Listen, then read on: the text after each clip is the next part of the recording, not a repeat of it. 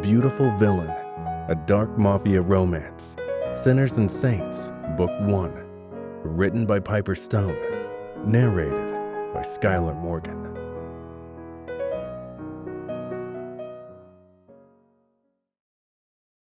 Chapter 1. Kirill. Blood. Strings of crimson washed over my eyes, the rage becoming uncontrollable. Wham! Wham! Wham! Wham! Wham! I jerked back, taking deep breaths as I studied the punching bag swinging in a wide arc. I rubbed the sweat from my forehead with my arm, flexing my fingers before fisting them again. Then I issued several brutal punches against the dense piece of stuffed leather, dancing around to the other side, then slamming my fists against it several more times. My hands already ached, but the burning pain also allowed me to feel alive, freed from the ugliness of the dreams that had strangled me with sharp claws for years. I pummeled the bag again, losing count of how many times I'd thrown a brutal punch. Still, it didn't ease the ache inside or the rage that kept me on edge. An attack on my men, 6 of them murdered. The perpetrator still at large. Wham! Wham! Wham! Fuck. I walked into the attack like a fucking idiot, and I'd been one of 2 left alive. The hunger for revenge tore through me, the ugliness of it evil, and I was out for blood. I could almost taste the coppery sweetness in my mouth. However, that wasn't the only reason for my aggression. I took a step back, stalking toward the bottle of water, almost crushing the thin plastic before I was able to open the cap, guzzling more than half. After splashing some of the frigid liquid in my face, I returned to my task. I was determined to rid myself of the memories, if only for tonight. Even as I smashed one fist after another, putting all my weight into driving away the demons, the visions kept coming, one blood-stained frame after another. The past was more than just a terrible nightmare. It had turned me into a monster. Years had passed, my entire adult life a statement, or perhaps a retelling of what I'd endured as a child. The carnage left behind after a savage attack on innocent families, ripping away all the people I'd loved. The mother who'd nurtured me, and a father who'd protected me against the tyranny gone in an instant. Then there'd been my baby sister, innocence personified.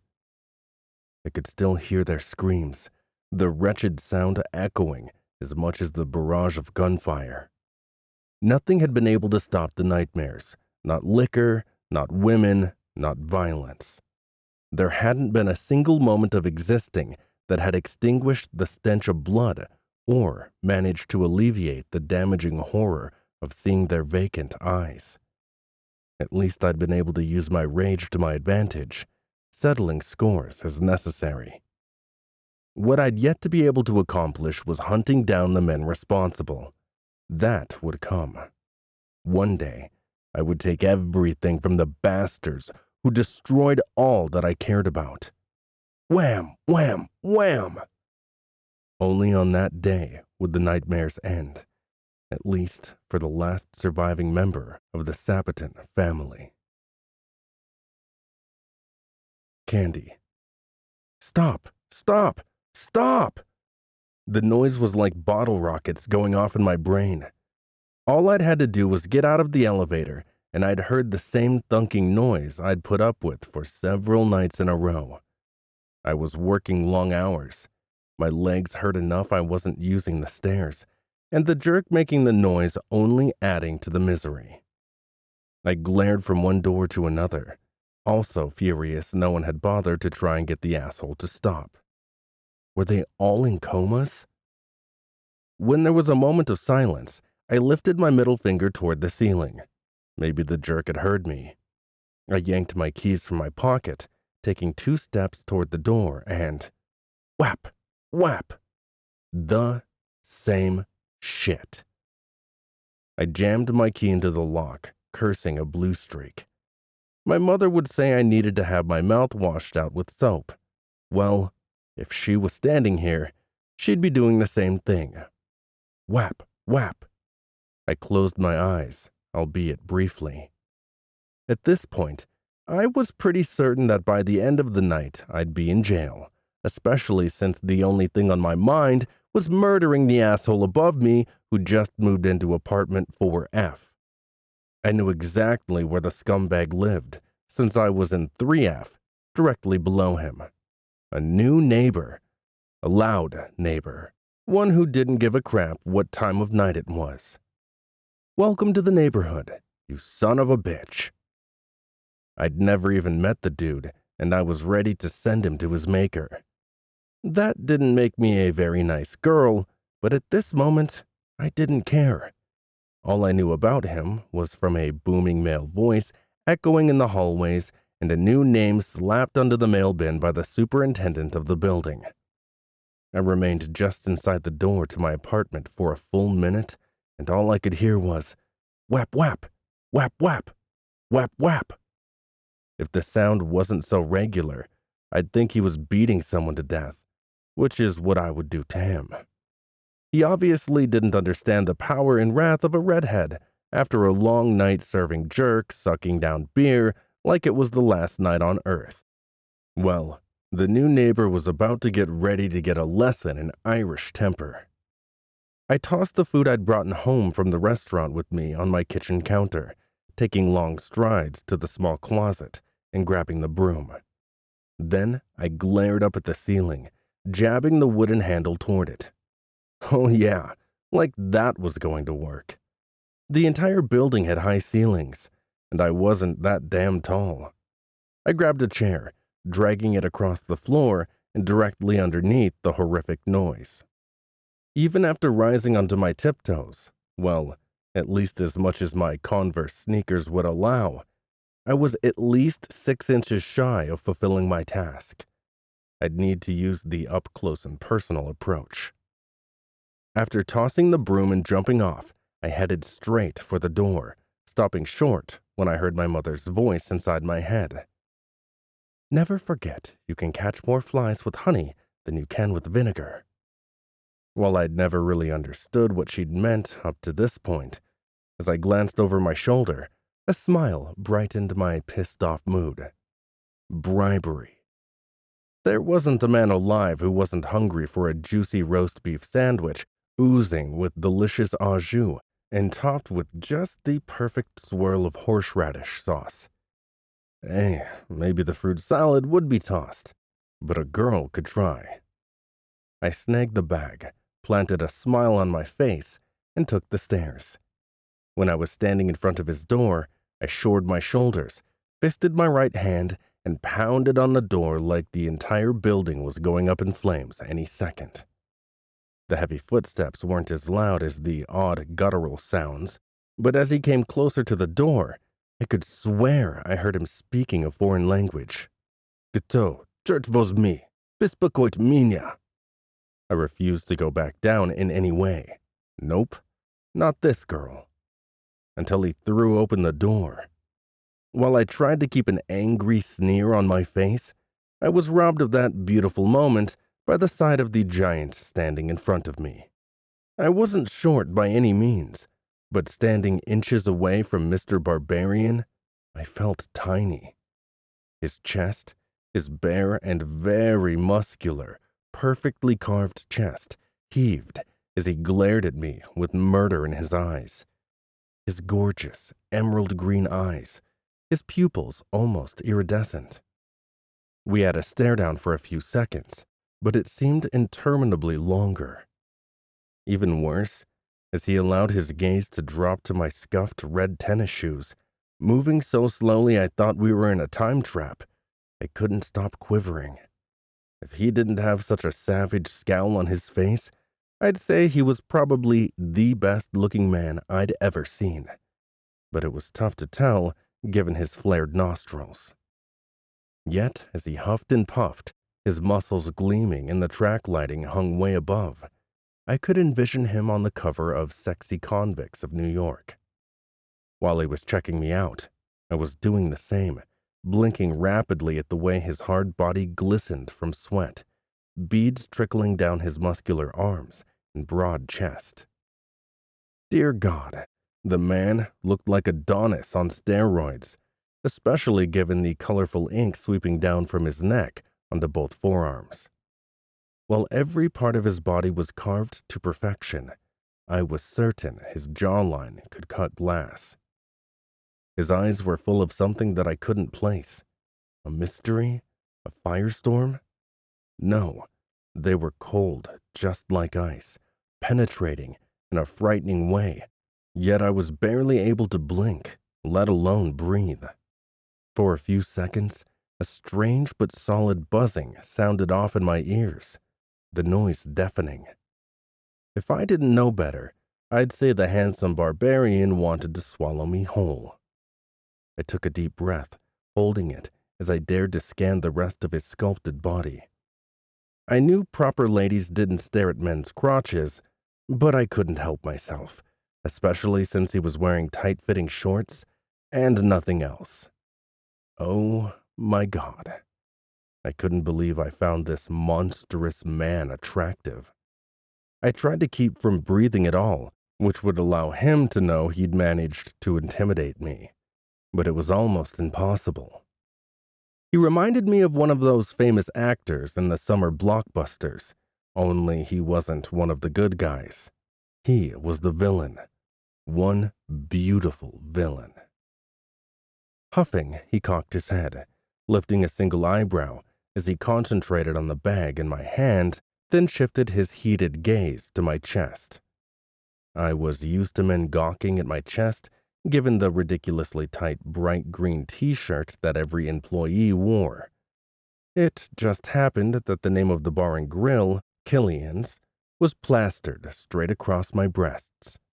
I watched as a single bead of sweat trickled down to his lips, and the way he dragged his tongue across the seam of his mouth was the most provocative thing I'd seen in a long time. If not ever. Does this mean you're my treat for the evening? I admit, I am famished. Not only were his words dripping with a heavy overtone of sexuality, but the deep bass of his voice and the thick Russian accent were a dangerous combination. I wasn't the kind of girl who got flustered over a boy, but this was no boy. This was a man, a real man, the kind who didn't take no for an answer. I tried to form words in my brain so I didn't sound like an idiot when I responded, but everything I thought of sounded like gibberish inside my mind.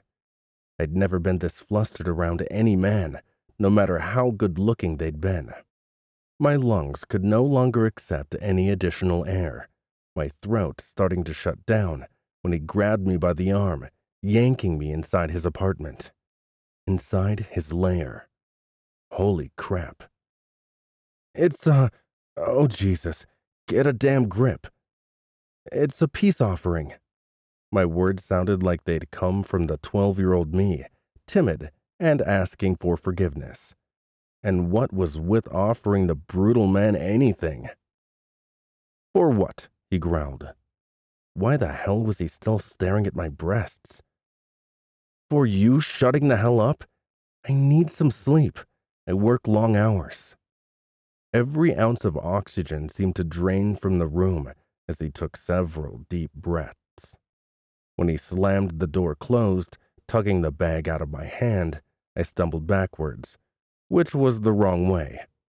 I should have fled toward the door, only I doubted Mr. Barbarian was ready to let me leave.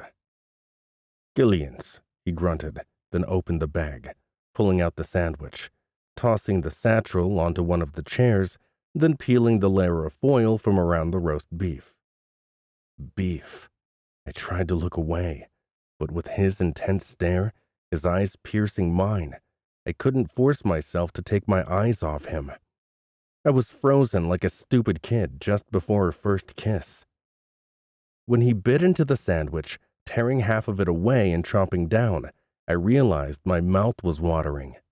As he chewed, I was lost in the moment, my breath skipping as subtle growls rolled up from the base of the beast. His nostrils remained flared as he swallowed, the animalistic sound getting louder. When he popped the remainder in his mouth, I was forced to chew my bottom lip to keep from making a strangled sound, like a moan. I'd never known any man to consume food with such passion. I folded my arms across my chest, trying 3 times before I was able to swallow. I noticed the dribble of the sauce on the corner of his mouth, and damn if the wicked side of me didn't want to offer to lick it off. That was crazy. This man could be a serial killer for all I knew. I threw a quick glance around his apartment, realizing where the sound was coming from. He had a huge hanging punching bag positioned in the middle of his sparsely decorated living room. The long, thick chain dangled from a massive steel girder suspended from the tall ceiling.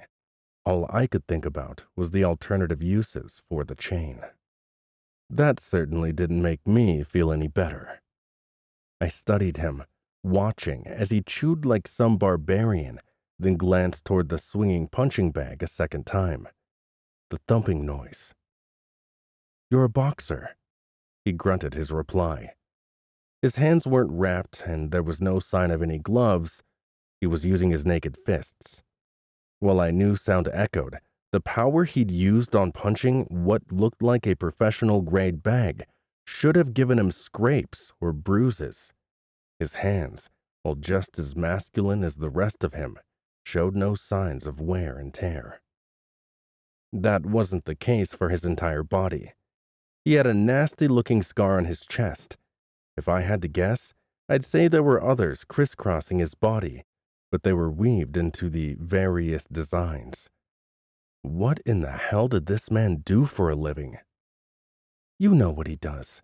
He kills people, I thought. The little voice inside my head wasn't helping in the least. I was genuinely curious about him, maybe too much so, but I was here. He was standing right in front of me. He was gorgeous, and I was completely irrational. Right-handed? You're putting too much weight on one side. That makes you unbalanced.